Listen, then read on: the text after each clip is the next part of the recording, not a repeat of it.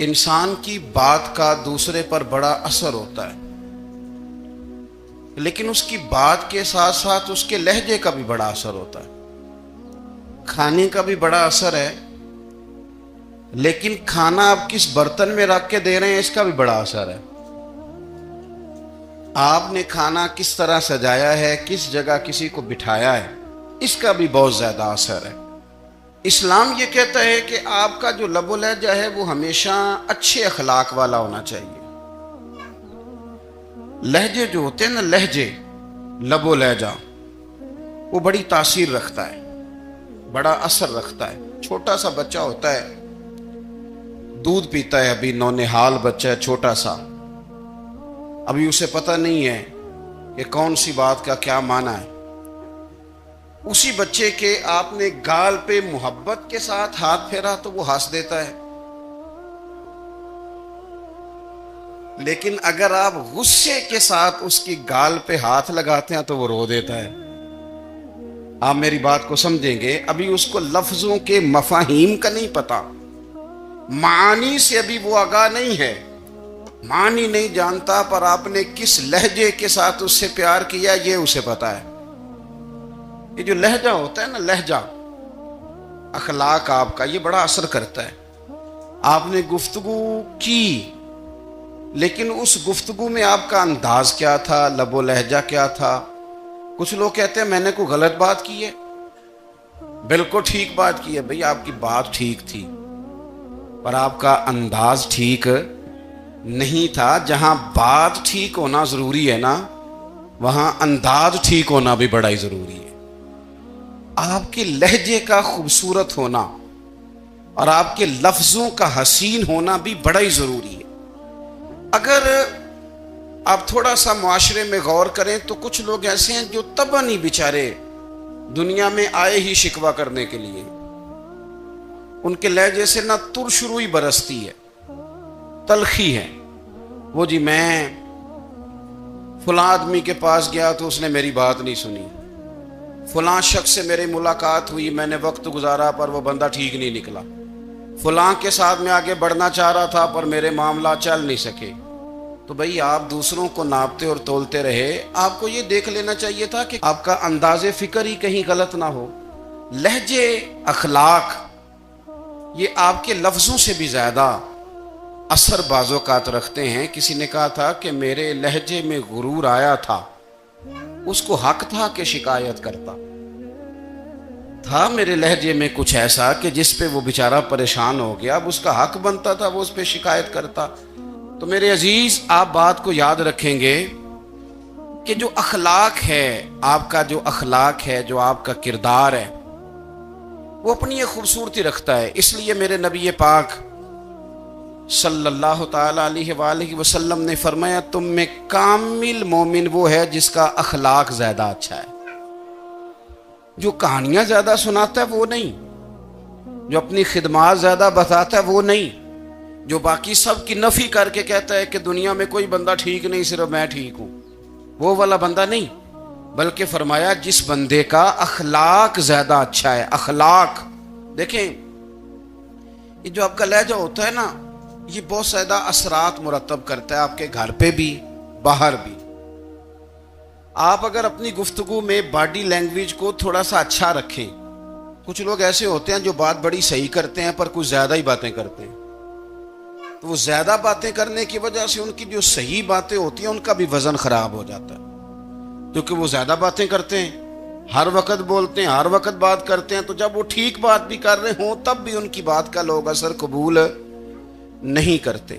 لیکن اگر ان کا لہجہ باوقار ہو، بات وہ تھوڑی کریں پر جتنی کریں ذرا سونی کر کے کریں، گفتگو میں خود بخود اثر پیدا ہو جائے گا، بات اچھی لگے گی۔ اخلاقی رویے اگر لوگوں کے زیادہ اچھے ہو جائیں، ایک تو مسکرانے کا بل کوئی نہیں آتا، اس کے پیسے کوئی نہیں لگتے، اور یہ بھی شکر ہے ابھی تک اس پر ٹیکس بھی کوئی نہیں، یہ بھی مقام تشکر ہے۔ تو اگر آپ بات کریں اور اس میں تھوڑی سی مٹھاس پیدا کر لیں، آپ تھوڑی سی بات میں نا مٹھاس، میرے ایک کلاس فیلو ہیں تو وہ تقریر کر رہے تھے اور میں سن رہا تھا، تو مجھے بعد میں کہنے لگے آپ تبصرہ کریں میں نے کیسی تقریر کی ہے. یہ ہوتا ہے نا جی، بعض اوقات دوست بیٹھتے ہیں بے تکلف تو کئی دفعہ کچھ باتیں ایسی ایک دوسرے کے ساتھ کرتے ہیں. تو مجھے کہنے لگے آپ بتائیں کہ میں بات کر رہا تھا تو کیسی تھی. تو میں نے کہا جب آپ بات کر رہے تھے تو میں ڈر رہا تھا، مجھے لگ رہا تھا کہیں آپ لڑ نہ پڑیں. بھئی آپ اطمینان سے بات کریں، آپ تسلی سے بات کریں، آپ خندہ پیشانی کے ساتھ بات کریں. میرے نبی پاک صلی اللہ تعالی علیہ وسلم نے فرمایا، مسلم شریف کی حدیث ہے، حضور فرماتے ہیں نیکی کو کبھی چھوٹا نہیں سمجھنا، نیکی کو حقیر نہیں سمجھنا. کچھ نہ ہو سکے تو اپنے بھائی سے مسکرا کے بات ہی کر لیا کرو. بات کرو تو تمہارے لہجے میں ترش روئی نہ ہو. بعض اوقات آپ تلخ بات کرتے ہیں، آپ کا لہجہ تلخ ہوتا ہے تو آپ کی صحیح بات بھی قبول نہیں کی جاتی. لیکن اگر آپ کے لہجے میں مسکراہٹ ہو، آپ کے لہجے کے اندر خوبصورتی ہو، تو آپ کے اپنے بھی آپ کے بیگانے بھی سب کے سب آپ کی بات کو تسلی کے ساتھ سمجھنا وہ گوارا کریں گے. اسی طریقے سے ہمارا دل کرتا ہے کہ لوگ ہماری بات سنیں، ہمارے گرویدہ ہوں، ہم جو پیغام دینا چاہتے ہیں وہ پیغام لوگ اچھے طریقے سے قبول کریں، اس پر لوگوں کی توجہ زیادہ ہو. یہ ہمارا شوق ہوتا ہے. اور دنیا میں اب تو فیمس ہونے کا شوق بڑا بڑھ گیا ہے، اب بڑا بڑھ گیا ہے. اب تو لوگوں کو نا شاید لوگ مقبولیت اسی کا نام لیتے ہیں کہ میرے اتنے لائکس ہیں، اتنے فالور ہیں، اتنے سارے لوگ ہیں تو شاید میں بڑا مقبول ہوں. یاد رکھنا، قابلیت سے زیادہ قبولیت ضروری ہوتی ہے. فالور کیا کریں گے اگر رب بھی راضی نہ ہوا تو؟ لائکس کیا کریں گے؟ اگر تو قبول ہو جائے تو پھر چلو کسی لائکس کا بھی فائدہ ہے، کسی فالور کا بھی. اور اگر قبول نہ ہو تو پھر کوئی فائدہ جنوں پریتم اپنا آنکھ ہی نہ وہ اجے سہاگن ہو ہی نہیں. تو جب وہ قبول کر لے پھر تو بڑی بات ہے، اور اگر قبولیت نہ ہو تو پھر بڑے بڑے مجمع بھی کوئی فائدہ نہیں دیتے. ہماری خواہش ہوتی ہے کہ لوگ ہمیں جانیں، لوگ ہمیں پہچانیں، ہمارا بڑا نام ہو، ہمارا بڑا ذکر ہو، ہمارے بڑے تذکرے ہوں. تو میرے نبی پاک صلی اللہ تعالی علیہ وسلم نے ارشاد فرمایا، حضرت ابو ہریرہ رضی اللہ تعالیٰ عنہ روایت کرتے ہیں، حضور فرمانے لگے تم مال کے ذریعے لوگوں کو اپنا گرویدہ نہیں بنا سکتے، پیسے دے کے لوگوں کو پیچھے نہیں لگا سکتے. کتنے کو دو گے؟ دیکھیں نا، پیسوں سے تو بندے کا لالچ شروع ہو جاتا ہے. ایک دفعہ دیں، پھر دوسری دفعہ دیں، پھر تیسری دفعہ دیں. روز دیں گے تو بندہ راضی ہوگا، اور اگر آپ نے 99 دفعہ دیا، ایک دفعہ نہیں دیا تو وہ ناراض ہو جاتا ہے. تو کتنا کو لالچ پورا کریں گے؟ تو حبیب پاک علیہ الصلوۃ والسلام فرمانے لگے تم پیسے دے کے لوگوں کو اپنا گرویدہ نہیں کر سکتے، ہاں خندہ پیشانی سے، حسن اخلاق سے ملو گے تو لوگ تمہارے گرویدہ ہو جائیں گے. تمہارا اخلاق، تمہاری خندہ پیشانی، تمہارا اچھا کردار یہ لوگوں کو گرویدہ کر سکتا ہے. مال و دولت سے لوگ گرویدہ نہیں ہوتے. تو ہمارا وہ جو روزمرہ کا لوگوں کے ساتھ تعلق ہے، لب و لہجہ ہے، میں نے دیکھا ہے بہت سارے لوگ ایسے ہیں جن کے ساتھ لوگ آنا جانا، ملنا بیٹھنا آہستہ آہستہ چھوڑ دیتے ہیں. اور وہ کس لیے چھوڑ دیتے ہیں؟ وہ ان کے رویے کی وجہ سے چھوڑ دیتے ہیں، ان کے انداز فکر کی وجہ سے چھوڑ دیتے ہیں، ان کے شکووں کی وجہ سے چھوڑ دیتے ہیں. مزاج ہوتا ہے نا ہمارا کہ ہمیں شوق ہوتا ہے تعلق زیادہ لوگوں کے ساتھ ہو، اور پھر یہ بھی شرط ہوتی ہے کہ میں جس کے پاس جاؤں وہ مجھے یہی کہے کہ تو میرے ساتھ ہی پیار کر. ایک صاحب مجھ سے کہنے لگے کہ یہ میں محفل کراتا ہوں، آپ بھی تشریف لائیں، اور میں 20 علماء کو بلا چکا ہوں اور بڑے بڑے نامور نام انہوں نے میرے سامنے لیے.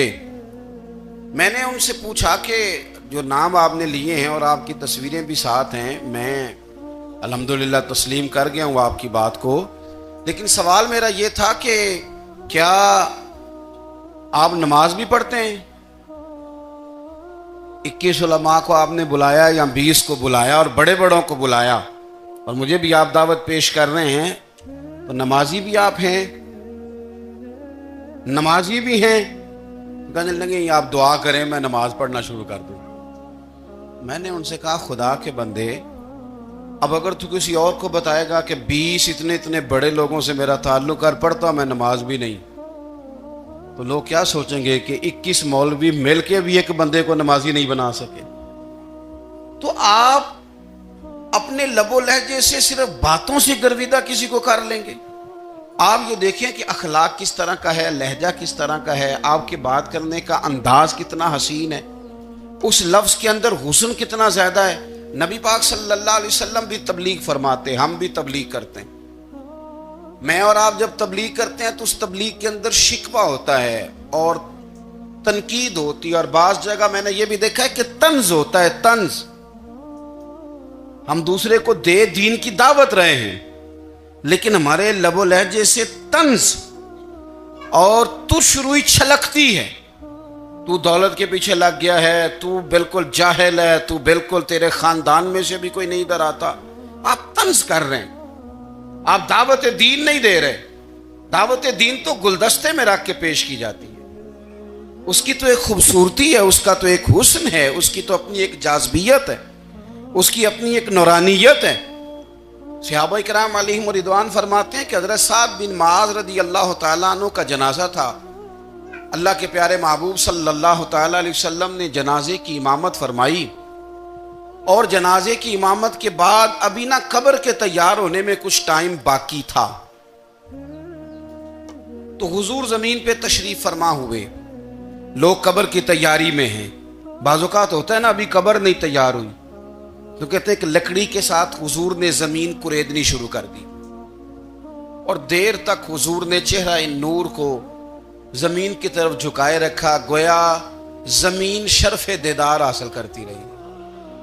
دیر تک چہرہ نور جھکا رہا زمین کی جانب، حضور نے رخ نور کو پھیر لیا. صحابہ کہتے ہیں کہ ہم نہ بڑے، جب حضور ہمارے قریب ہوتے تھے تو ہمارا خیال ہوتا تھا کہ رحمت کی برکھا ہے، اپنے اپنے حصے کا کرم اڈیل لے اپنے اوپر. فرماتے ہیں منتظر تھے کہ حضور کب ہماری طرف رخ انور پھیریں اور ہم کریم سے کوئی بات سن سکیں. ارشاد فرماتے ہیں کہ ہم بڑے شدید منتظر تھے.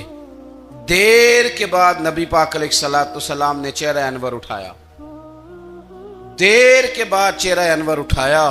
یہ دیکھیں تبلیغ ہو رہی ہے، اور جب حضور نے چہرہ انور اٹھایا تو آنکھوں میں آنسو تھے، رو رہے تھے. اور 3 دفعہ حضور نے فرمایا، کیونکہ قبر تیار ہو رہی تھی، 3 دفعہ نبی کریم نے فرمایا لوگو قبر آخرت کی منزلوں میں سے پہلی منزل ہے، اس کی تیاری کر لو، اس کی تیاری کر لو، اس کی تیاری کر لو. 3 دفعہ حضور نے یہ جملے دہرائے. کیوں؟ ایک میں تبلیغ کرتا ہوں پر اس میں نہ درد ہے، نہ رونا ہے، نہ وہ لب و لہجہ ہے. ایک حضور دعوت دے رہے ہیں قبر کی تیاری کی، لیکن اس میں آنسو ہیں، اس میں خاص رغبت ہے غلاموں کے لیے. تو اپنی زندگی کے اندر جو ہمارا انداز تکلم ہے، ہمارا انداز گفتگو ہے، میں کہا کرتا ہوں کہ ہم نا دین کے لیے جب کلام کر رہے ہوتے ہیں تو شدت ہوتی ہے ہمارے جملوں کے اندر.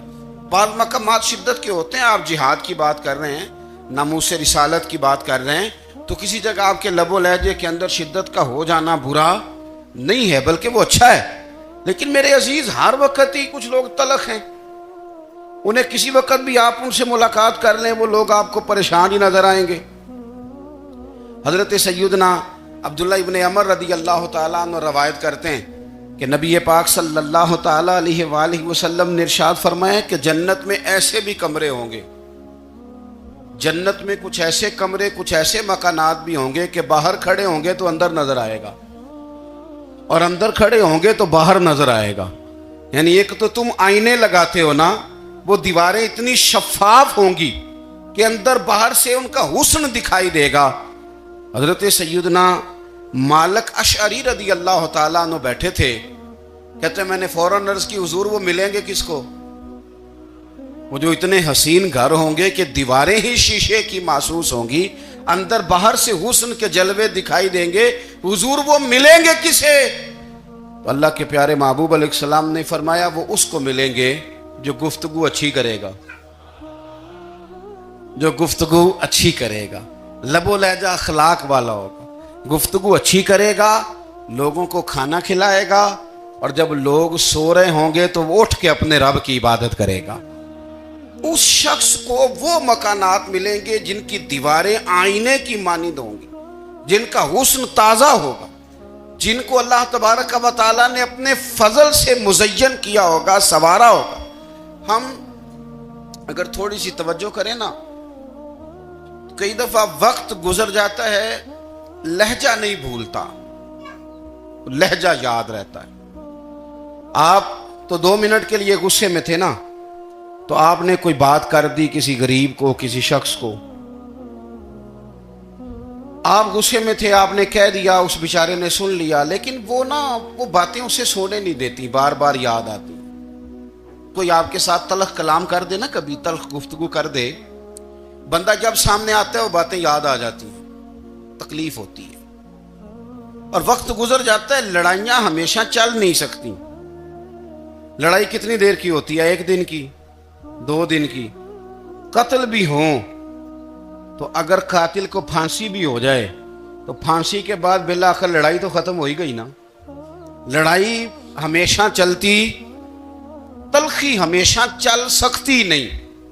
تلخی روٹین میں چلنے والا سکہ، کوئی سکے روٹین میں چلتے وقتی ہوتے، یہ جو غصے کا لب و لہجہ ہے، تلخی کا سکہ، یہ بھائی روٹین میں نہیں چلتا، اس نے ایک نہ ایک دن ختم ہو جانا ہے۔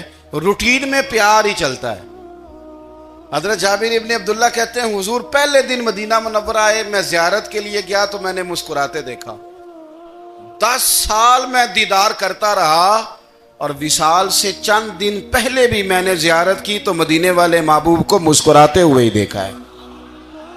یہ جو آپ کا لب و لہجہ ہے نا، اخلاق والا، حسن والا، مسکرانے والا، یہ لب و لہجہ نا ذرا لمبا چلتا ہے، یہ روٹین ہے، یہ روز چلے گا۔ یہ سکہ وہ ہے جو رائج الوقت رہتا ہے، یہ کبھی بھی ختم ہونے والا یہ خزانہ ہے۔ تو یہ جو آپ کا تلخ لب و لہجہ ہے، یہ روٹین نہیں۔ عارف رومی رحمۃ اللہ علیہ فرماتے ہیں کہ مثال دینے کے لیے بات سمجھاتے ہیں، فرماتے ہیں ایک شخص جنگل میں لکڑیاں کاٹنے جایا کرتا تھا تو شیر سے دوستی ہو گئی، یعنی ڈائریکٹ بادشاہ سے دوستی ہو گئی، اور بادشاہ بھی وہ جو جنگل کا بادشاہ ہے، جنگل کے بادشاہ سے دوستی ہو گئی۔ اب وہ لکڑہارا غریب آدمی تھا، لکڑیاں تو کاٹنی ہوتی تھی، تو وہ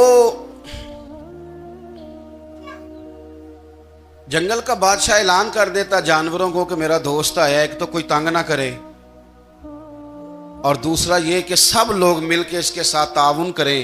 کبھی کوئی جانور لکڑیاں اکٹھی کراتا، کبھی کوئی اپنی پشت پہ گدھا، بیل، گھوڑا، خچر رکھ کے وہ لکڑیاں باہر چھوڑنے آتا۔ اب اس کی بڑی دھوم مچ گئی جنگل کے اندر، لکڑہارا مزدور تھا، وہ بادشاہ سے دوستی کر کے بادشاہ ہی بن گیا۔ وہ گھر آ کے نا بیوی کو اکثر بتاتا کہ میرا ایک دوست ہے، میں جاتا ہوں تو ساری پہلے ہی مخلوق کھڑی ہوتی ہے میرے استقبال کے لیے۔ دوستی جو بڑے سے ہو گئی ہے، بنا ہے شاہ کا مصاحب تو پھر ہے اتراتا، وگرنہ شہر میں غالب کی آبرو کیا ہے۔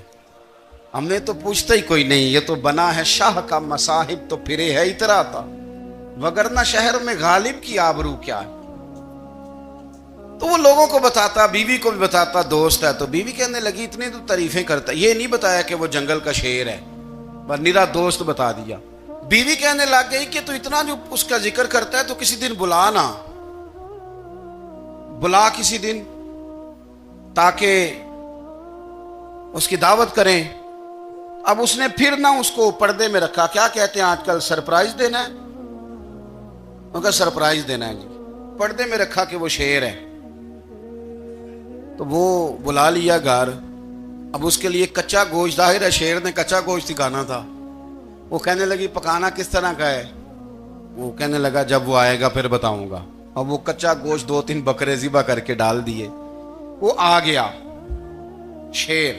عارف رومی کہتے ہیں جب وہ آیا نا تو اس کی بیوی نے دیکھا، اس نے ایک سخت جملہ کہہ دیا، کہنے لگی اوہو میں سمجھی تھی پتہ نہیں کون ہے، اس طرح کے درندے تیرے یار ہیں، کتے بلے دوست بنائے ہوئے، یہ کیا بات ہوئی؟ خیر وہ شیر نے سن لیا، گوشت کھایا، وہ چلا گیا۔ اگلے دن لکڑ ہارا لکڑیاں کاٹنے گیا تو شیر نے ملاقات کرتے ہی لکڑ ہارے سے کہا کہ یہ نا کلاڑی اٹھا اور میری پشت پہ نا ایک زخم کر دے۔ اس نے کہا نہیں میں یہ کام نہیں کرتا، تو میرا دوست ہے۔ اس نے کہا سون بھائی، میں نے پیار سے کہا ہے تو مان جا، ورنہ میں ہوں شیر، میں نے تجھ سے منوا ہی لینا ہے، میں کوئی تکلیف دوں گا مناسب نہیں، تو کر۔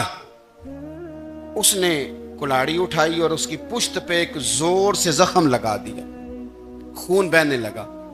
اس نے کہا تو نے آج کے بعد آنا ہے، لکڑیاں کاٹنی ہے، تجھے کوئی کچھ نہیں کہے گا، بس یہ ایک حکمت تھی جو میں نے کیا ہے۔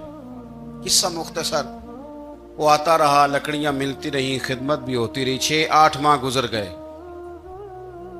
ایک دن شیر اس سے کہنے لگا یہ میرے ذرا بال اٹھا کے دیکھ، وہ جو تو نے زخم لگایا تھا وہ کہاں پہ ہے؟ اس نے وہ بال اٹھا کے دیکھا تو زخم ملا ہی نہیں، کئی جگہ پہ ٹٹولا کا یار یہاں تھا یہاں تھا یہاں تھا۔ شیر نے پھر کیا کمال ہی جملہ کہا، اس نے کہا کہ وہ جو کلاڑی کا زخم تو نے لگایا تھا نا وہ مکمل ہو گیا، لیکن تیری بیوی کا جو لہجہ تھا اور اس کی جو تلخی تھی وہ آج تک میرے ذہن میں موجود ہے، وہ ابھی بھی مجھے تکلیف دیتی ہے۔ تو بات سوچتا ہوں مجھے اس نے درندہ کہا، اس نے میرے بارے میں اتنے کچے اور کمزور اور سخت جملے کہے، تو وہ بات مجھے بھولتی، وہ آج بھی میرے ذہن میں اسی طرح گونجتی ہے۔ تلخ جملے جو اس نے کہے اور خوفناک جو انداز اس نے اختیار کیا، وہ بات مجھے کبھی بھی بھولتی۔ تو آپ کے لفظ لوگوں کو بھول جاتے ہیں پر لہجہ یاد رہتا ہے اگر ہم اپنے لہجے پر تھوڑی توجہ ہی کر لیں۔ کچھ لوگ کہتے ہیں جی میرا جی روٹین ہی یہ ہے بات کرنے کی، تو یہ یاد رکھنا کسی وقت ایسا بھی ہوتا ہے کہ شیر کو سوا شیر مل جاتا ہے، پھر ایسا نہ ہو کہ آپ کی تلخی کی جواب میں کوئی اس طرح کی تلخی ہو کہ پھر آپ اس کو کبھی بھلا نہ سکیں۔ ہمارے ہاں نا یہ دور تیزیاں دکھانے کا دور ہے، کچھ لوگ ضرورت سے زیادہ تیزی دکھانے کی کوشش کرتے ہیں، ان بیچاروں کا کبھی کبھی اتنا سخت نقصان ہوتا ہے کہ ان کو ان سے بھی کئی گنا تیز بندہ مل جاتا ہے، وہ کسی ایسی جگہ جا کے بیچارے الجھ جاتے ہیں جہاں سے واپسی کا راستہ نظر نہیں آتا۔ حضرت ہانی رضی اللہ تعالیٰ عنہ اپنی قوم کے ایک وفد کے ساتھ نبی پاک صلی اللہ علیہ وسلم کی بارگاہ میں حاضر ہوئے۔